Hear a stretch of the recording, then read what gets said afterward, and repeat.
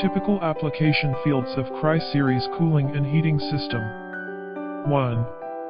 Wireless charging/wireless power transmission/induction charging system, serving the electric vehicle charging system and the cooling circuit in the vehicle, to thermally regulate the corresponding load conditions.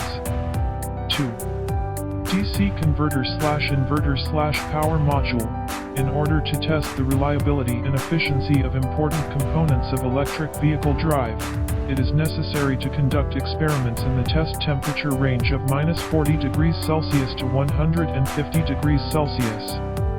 The LIA temperature control equipment system runs accurately along the required degree curve and reliably adjusts the load state. 3. Component and material testing.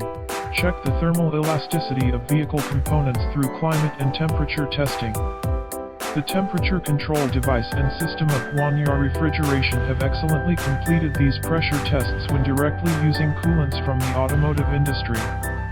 Combined with the KRY series flow control devices, these tests have become more repeatable and accurate.